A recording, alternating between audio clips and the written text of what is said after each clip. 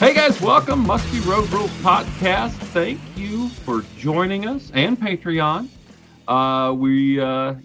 It's musky season. I think is open just about everywhere right now.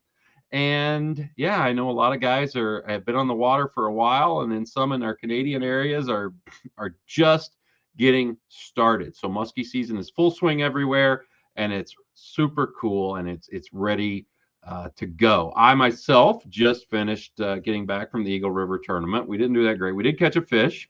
Uh, but it was nice. It was hot. It was about 90 degrees both days. At least we had a little bit of wind, which definitely helped things out. But on this week's podcast, I've got a guy that I think you're really going to like, and we're going to talk about stuff with our reels, which is always a big problem. I've got Mat Hegy on from Mat's Reel Repair. Let's bring Matt on here. Matt, how we doing? Good, good. Still hot down here. Yeah, no, it cooled down up here in the angle, so I do really like that. It was super hot over the weekend. You fished the tournament this last weekend as well, with your partner. You guys got a 45 incher. That's pretty awesome, and got some points on the board for the team of the year stuff. So that was cool. Yep, absolutely. We had a great time. Like you said in the intro, that it was hot, and thank God for a little wind because it would have been unbearable if there wasn't. Oh, it was brutal out there, and that's definitely something we all dealt with out there on the water. But as I was saying, the muskie season now is in full swing just about everywhere. I don't know any place that it hasn't started yet. The Canadian opener was this last Saturday, and the biggest thing, I got you on here to talk about some reels. We're going to do this Friday night, but well, I got a little drunk. Hmm. So we didn't get to do Uh, that. It was Um, a fishing vacation. Come on. yeah, yeah. So we were going to do it there live with us together, but we're going to do it the remotely right now. But Matt, how long you been working on reels? Too long, truthfully. Since I started this in 1998 and Wow. really took off. We went full time in 2009, and it just keeps growing every year since then. Well, that's amazing. Yeah, we were in I've been in your shop there several times, and you got stuff everywhere. You've got tons of real parts. Actually, when you're down in Kentucky, did you guys go down to Alabama and buy that real part, that guy out down there? Yeah, we left Cave and went over to Birmingham, picked all those parts up, and then drove back. So Well, yeah, isn't that the we the had natural way to drive to Wisconsin, Kentucky to Alabama to Wisconsin? Isn't that the shortest route? it only added 7 hours. So Oh, or that's not 10, bad. 10, only 10 hours, Oh, I think. Whatever. who cares? You know, Yeah, if there's another digit, whatever. yeah. But yeah, you guys went down there and did that, and got more stuff, tons of handles. I've talked about handles on here for quite a bit. I'm a huge believer in extending the handles on your reel and playing around with them to find out what you want to do, what you feel like your reel needs to do. You might have to adjust your casting and stuff like that, but they do make a huge difference. But Yep. to Yep, they to certainly start, can. yeah, to start here, let's talk about maybe what are a few of the musky reels that you really that you like, that you think do a great job for the musky fisherman. Well, I mean, we can talk probably about some of the most popular reels. For instance, I've got a Tranks 500 here, and everyone recognizes this reel as the big beast in town, so to speak. And Mm-hmm. you like to add those power handles that we produce. Um, I don't have one of those on here to display that, but one of the things that I tell most people is when they're casting with any of these non-counterweighted handles, I always tell them to turn the reel on their side because Yes. that takes the inertia out of that handle. If you're casting with it straight up and down, it wants to come forward because of inertia. Mm-hmm. So if you don't have it in the right place, it wants to come around. I tell people to cast this way. It's actually more ergonomic to have your hand to the side than tip this way, trying to thumb a reel this way. But Sure. So it's a little more comfortable, but the biggest thing is if you get those engagements on cast, especially if you're throwing anything that's got some extra weight to it, you're going to start tearing up reels, anti-reverse bearings, pinion gears, spool pins. We see all kinds of stuff bent, and you can't imagine what happens inside those reels when they stop at a high speed. Yeah, and also hell, I've seen, trust me, I've seen some baits that I don't even know if they've landed yet. That when guys really get a good cast go on the line break or something like that, and it's like, oh, Yep. well, that went over the island. Um, and you get that when they do engage. So knowing that and casting the reel handle up or down definitely makes a big difference. And also, or if you do cast with the reel level, make sure that handle is low or something. It's pointed Right. down. Keep You don't keep want your it thumb pointed on the up. thumb. Keep your thumb on the thumb bar to hold it down. That helps Hmm. also. Yeah, Um, yeah, and because that'll keep it from really tearing up the guts yeah. in that reel. So I love the 500s. I've got kind of bigger hands, and I'm kind of I like that size of reel. But the 400 Tranks, which I think you got one set in there, Yeah. is kind of the one that I think that's probably one of the most popular ones. Do you think? Currently, absolutely. This is definitely for a single series reel. This is definitely the most popular. Um, I'm sorry, the Lexa 400 size is probably the next most popular reel on the market, but they have what four or five different versions of that in the series. Uh huh. Um, and I think it's a price point. It's Mm-hmm. halfway between in size, halfway between the Trinx 400 and the Trinx 500. So Mm-hmm. I think people are shopping for that bigger reel under a price point, and Sure. it does it. It's a good reel, but there is some limitations when it comes to ripping rubber or trying to pull double tens, that kind of thing. It's a general musky bait reel, and Mm-hmm. kind of like the Tranx 400 is. It's not really Yeah. designed for that rough service. So, what would you say is the best reel for guys that are, if they're throwing soft plastics and they want to really, and do it a lot? What would you say is the best reel for that application? Yeah, if you're looking for like a dedicated rubber rod, I would definitely look at the Tranx 500. And Hmm. for the lefties, I would go right to the Revo Toro Beast because they offer that in a left-handed reel, and it's a pretty robust reel itself, also. Yeah, the thing about the 500, I equate that to like a diesel engine.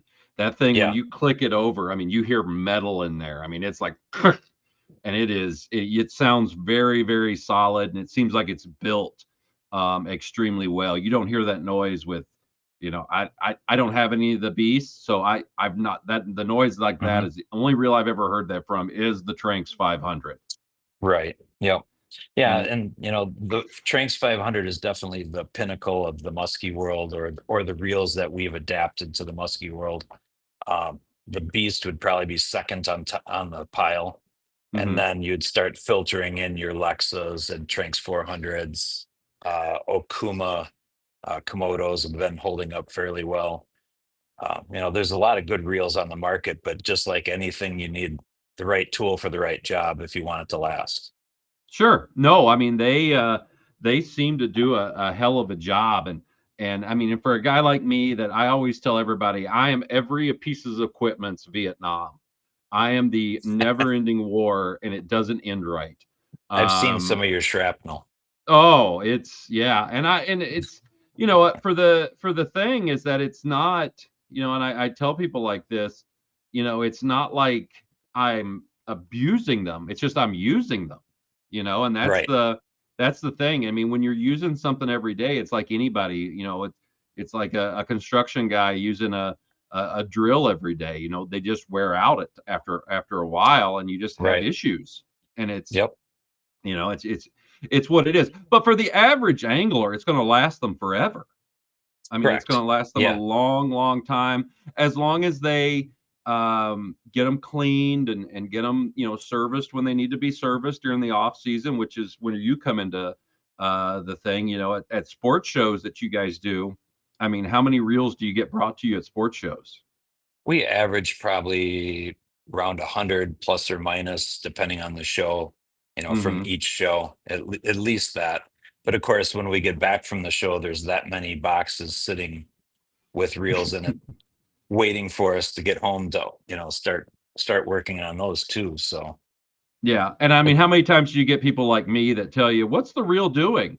I don't know. It wiggles, it clicks, it yep, uh, it we uh, and my favorite is when they start to explain audibly what the noise is. They give me this kind of thing, or it, it's like, do that again, because and then they yeah, they catch on. I'm messing with them, But yeah, and yeah, all of a sudden now it's your ringtone.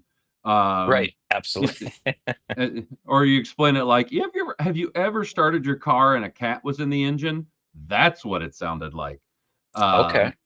Um, I have done that, by the way, and it's never good because then it's like we need a spatula um, Yeah.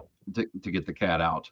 Um, but no, the reels. I have this is over 30 years now that I've been musky fishing, and I've been through a lot of reels, starting with the 5500, 6500 Cs, and then I tried the Shimano Bantam because Bob Masacomer told me it was great. Not great.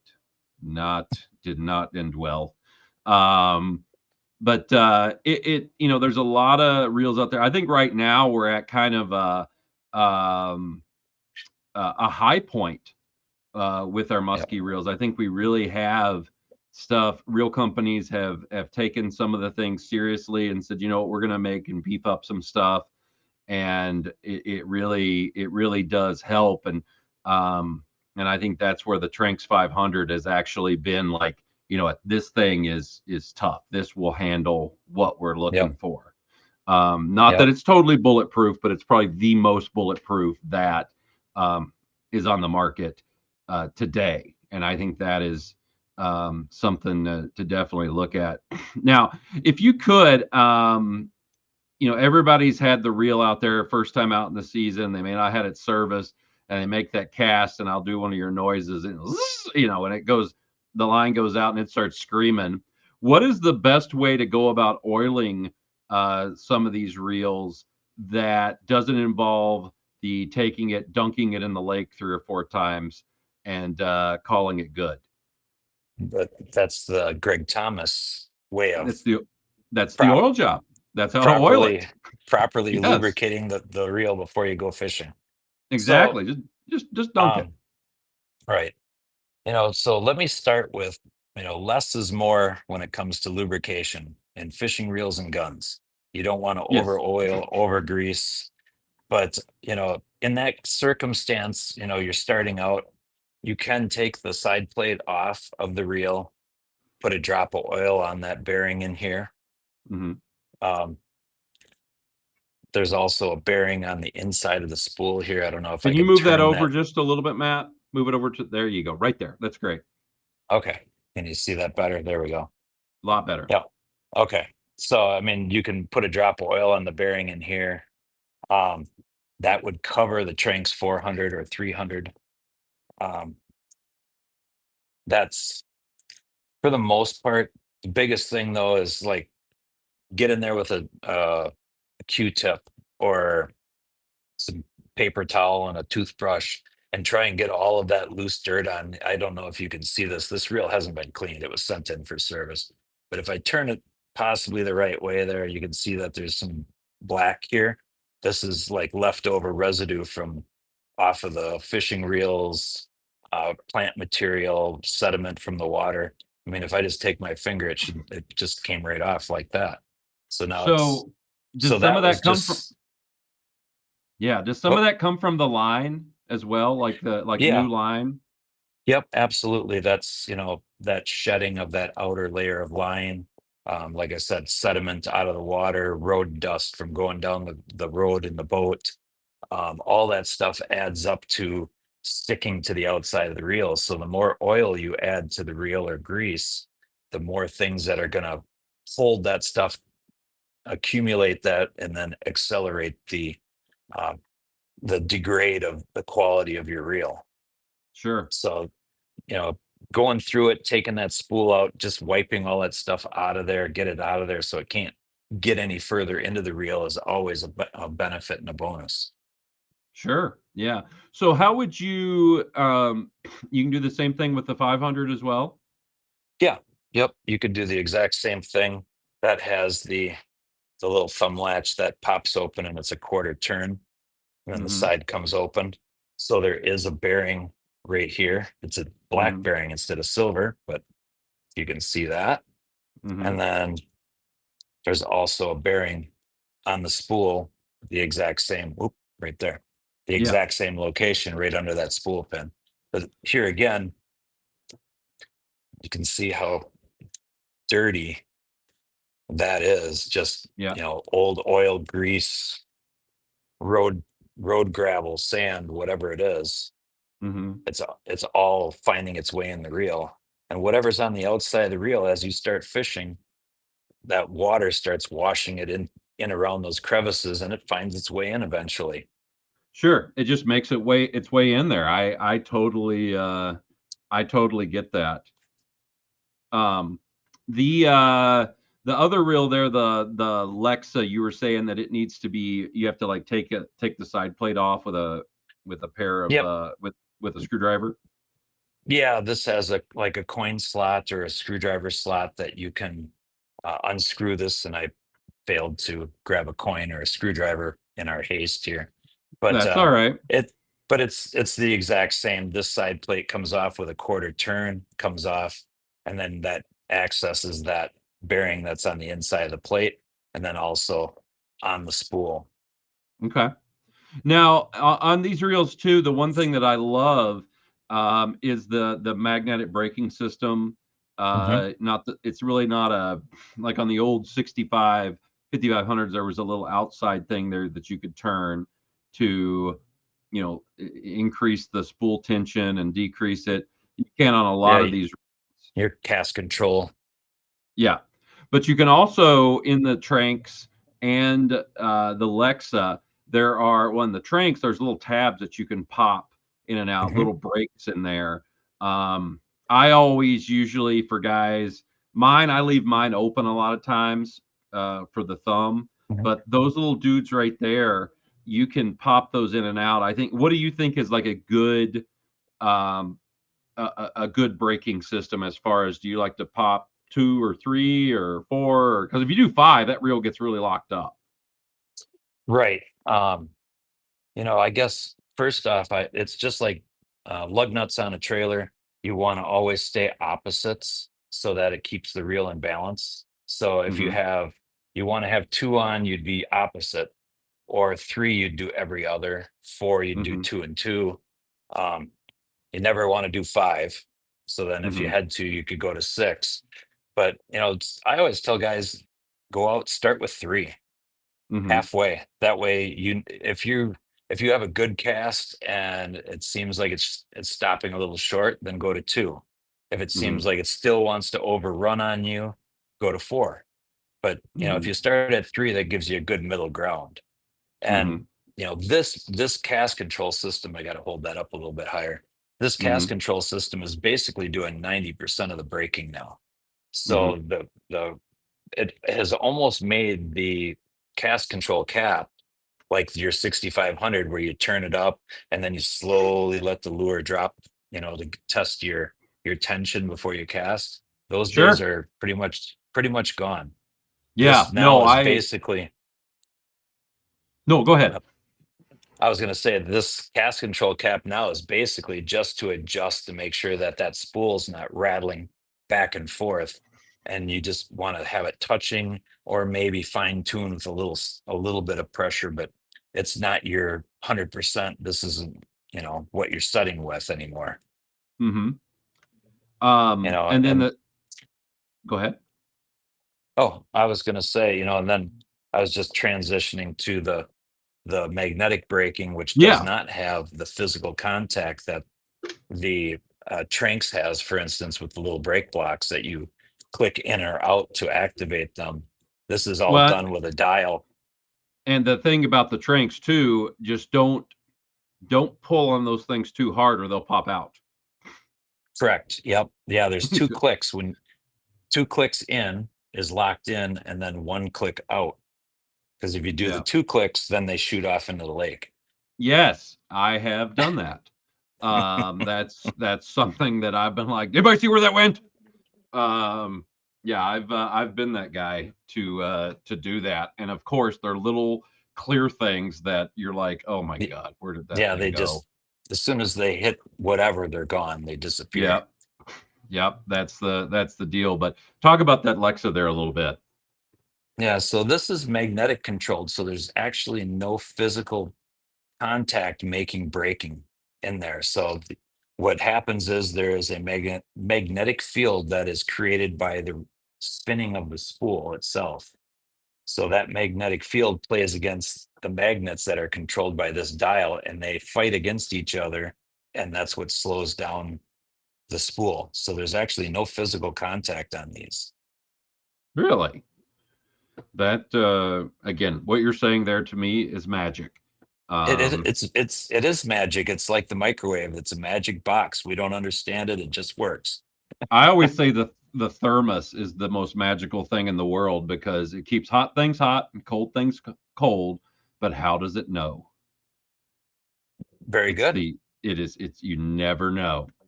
But those reels there, the T. Why now? Let's talk about on there. They call it the T wing, and Yep.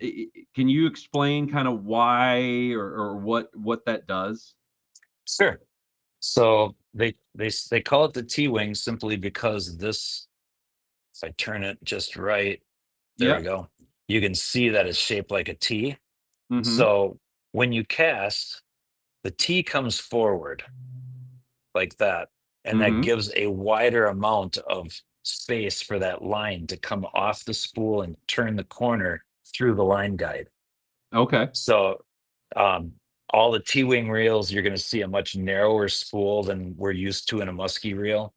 And with this piece that allows it to make that angle of the line coming off the spool much less. So when the line is coming off the far right and the level line's on the left, there's a lot less angle to make that corner, like we would see in like a Tranks 400, for Mm-hmm. instance. You know, if you Yeah. look at the line coming here and the level lines on this side, there is that's a great angle. It's a drastic angle. So they're trying to reduce that. And then once you engage the reel, it pops back up, and now the line is sitting down at the bottom of the tee, and it's being guided to either side of the spool, and hopefully laying your line down evenly. So that T wing, you could say, and I've talked to guys about this, is it probably allows for a little further cast because there's less abrasion of your line actually hitting the line guide there, your level wind. So it probably allows the line to fly out a little faster.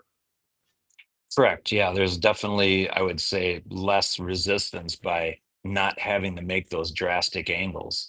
This is Sure. probably as close to having an active level wind like we used to see in the Shimano Tranks or the Shimano Calcutta TEs, for instance, or your Hmm. 6500 Ambassadors, where when you cast, the level wind would follow that line Hmm. out. So there was less resistance there, but the spool was actually driving the level line, so you were losing momentum by offering another mechanical moving part in there. Sure. Yeah, I remember those, and I had some of the TEs and everything, and they, yeah, when that thing would move, it felt really good when you cast it and got your finger in there. Um, Yes, yes. that that was one of my favorite feelings. It taught you really quick to It's like don't do that. it's like your shin on a bike pedal. Yes, yes, that or on a trailer hitch, which I have done Oh, yeah. before. Yeah, that's the actually, River one time when he was a puppy, it was really dark. River, for guys that don't know, is my bulldog. At night, he come running around the truck, and all I heard was a thump. I'm like, oh, what was that? And I look at him, and he's got a little scuff right between his eyes. I go, oh boy, you just hit the trailer hitch. That is, are you awake? And of course, he's a bulldog, so he's got a hard head. And he's just like, what's going on? God, that was hard. Um, and he yeah, Yeah, so I've heard that a few times, but on the reels, I love what I'm seeing now with them. And let me ask you this: I mean, like right when the double 10 craze got started, Musky Mayhem with the cowgirl really got that fired up, and guys were, Yep.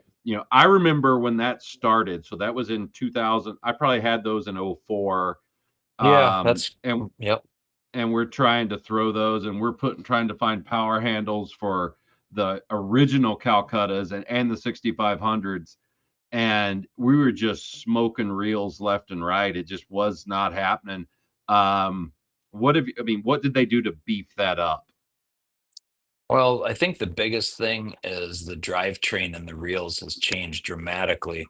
When you look at a round reel, that was about, well, the TE was the first one to do it with that drop down Yeah. exaggerated gear case. It was Uh-huh. a round reel, but it had that extra bump out for that drivetrain. And then as that progressed, we started seeing more of these low profile reels with this exaggerated drivetrain. And I think that was the biggest benefit to pulling heavy resistance baits like your double tens or big crankbaits or something like that, Hmm. because you're allowing the gears to get so much larger. I mean, you think of a 6500, the drive gear, and there's about the size of a quarter, just a little bit bigger than a quarter. Yeah. The drive gear in the Tranks 500 is bigger than a silver dollar in Oh diameter. wow. And So that it's that quite a extra bit, beef. right? Yeah, and that But because that was the one thing, because those reels, man, those old reels, baby. I mean, I at first I used a Luna. I didn't at first, but then I started using the Lunas. Actually, I was using the St. Croix, was yep, doing reels for a the while, but the they avid were yeah, but weren't they just Lunas? Daiwa Lunas, they is that were. who was making Yep, for them? And same reel. those were working great. The only problem we had with those is the anti-reverse bearings were blowing out pretty bad. Yep, we replaced, I don't know, probably a 55-gallon bucket full of them Yeah, I over used to the carry them years. with me. I could do it in the Right. boat. I was carrying them with me. I'm like, oh, that one smoked. So, and and it was really fun for guys that don't know. The anti-reverse is what keeps the reel handle from going backwards. And I love setting the hook and smacking myself in the face. And when you got a nose as big as mine, let me tell you, you could band-aids on the nose were something that I dealt with for a little while, Sure. from hook sets and the back of the knuckles. That was fun. Um, and now with this newer stuff, you don't see that near at often, if at all. Um, you'll run into that, but I tell you, that with the reels and the rods in musky fishing, the baits have really dictated. Companies have kind of said, okay, we need something beefier than this, and something that's going to handle this stuff for us. And I think that has definitely been accomplished. What can you say, Matt, for a guy that's getting ready to go on a trip and he doesn't have time to get his stuff to you, or he just forgot? What are some things that he might do before he goes out on the trip? Well, basics are big. Putting that mono fishing line or the monofilament backing. Make sure that you have mono under the braid, Yes. because to this day, even though braid has been around for 30 years, we still get 9 out of 10 reels that come in with a drag issue is actually the line spinning on the spool. Yep. I just had a real service shop call me because they could not diagnose the problem. And I said, after they told me what was going on, I said, the line's spinning on the spool. And they're like, no, it's not. And they checked it and they're like, yep, it was. So I mean, it's just it's still out there. That's big. Making sure that you have backing or really taping that braid down. Um, other than that, like I said about starting out in the spring, putting a drop of oil on the bearings, wiping off the reels, and getting in to the. Let's see if I can find an angle here.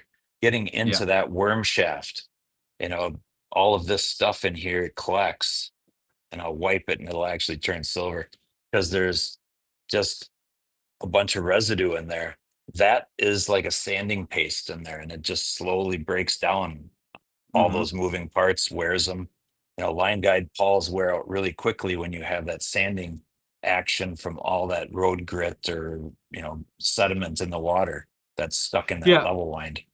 people may not realize how much if you've got your reels, and everybody does it when you go to the lake. You put the rods in the boat and you go down the road, and late fall it's horrible with all the road salt on there if you're late fall Yep. fishing.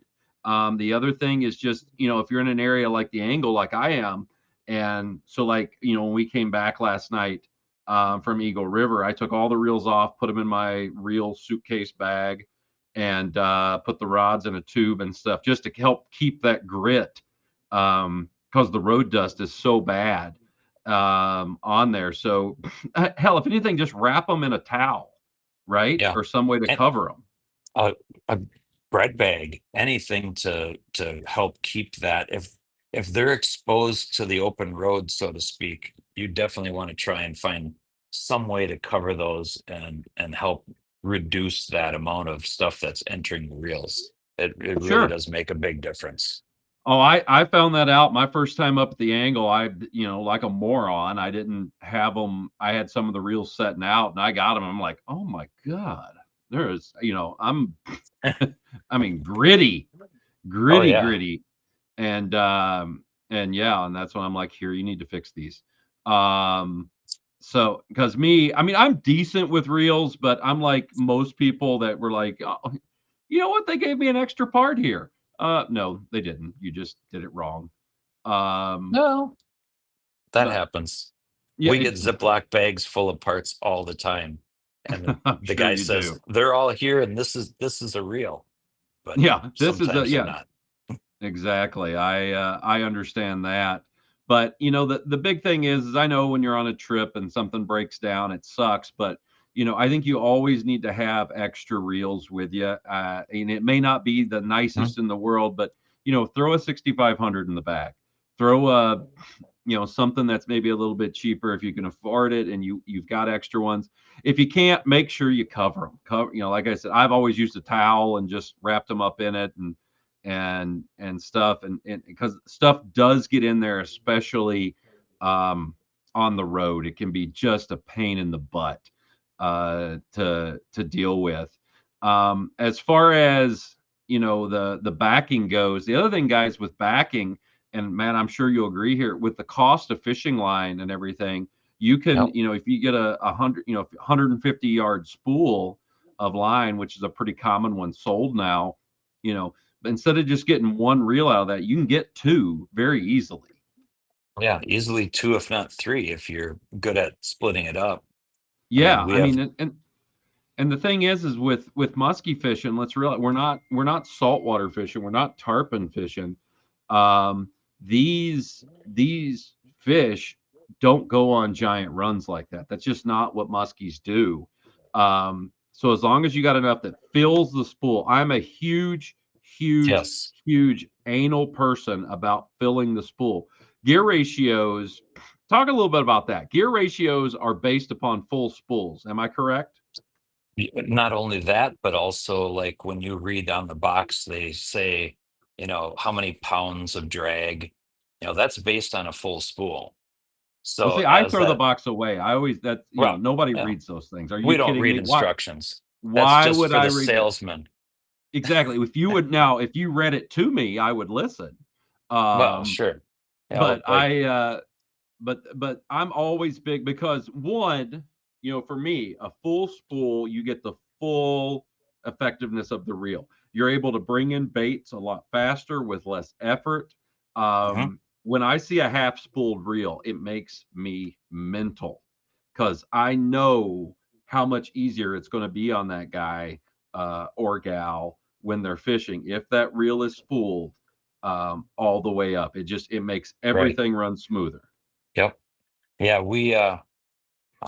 like for instance, this one is, and it's hard to really show it, but this one is right where it needs to be. It's right at the top of that Hmm. bevel on the spool. So it's full.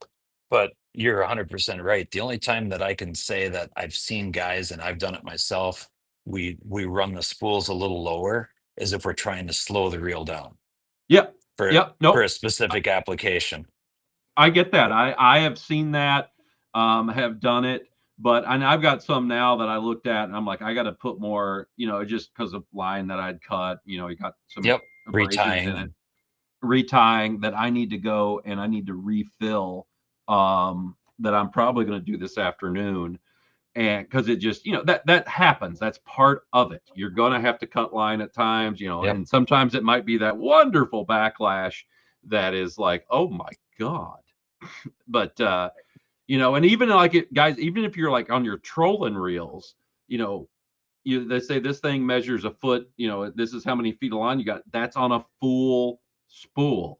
right. If you only have As it half you let full. out, yeah, as you let out, that actually changes slightly, but Oh yeah, it was. it Go ahead. doesn't change as drastically as if the spool was, three quarters or half full. Yeah, no, I mean R- mine. Like this weekend, my tournament partner Rick, he had a reel with mono on it that he's always caught fish with, and so I was watching it, and he let it out, and it wasn't filled all the way, and he had 50 feet of line out. Well, on the Panoptics, I had it back there looking to see kind of how far the baits were going down and everything, and I put it on a perspective mode, which is the sideways mode, like the side scan mode of it, and that bait was only back 38 feet. you know Okay, so so he was losing a lot. He thought it was back 50, and it actually it wasn't. And I was looking, and, sure. and I think why, one of the things that made that real effective, or that he liked, is at 50 feet that bait was sitting right at the end of the prop wash. I mean, right where the prop wash dissipated is where that bait was Sure. sitting, and that might have been a reason why that bait worked. It did not work this weekend, but it in the past, that's I what can I had seen. I can tell you a lot of things that didn't work this weekend. Oh yes, Saturday was Saturday. All I told people was get near us, you would catch fish. We seen so many fish caught on Saturday while we were not catching, and Hmm.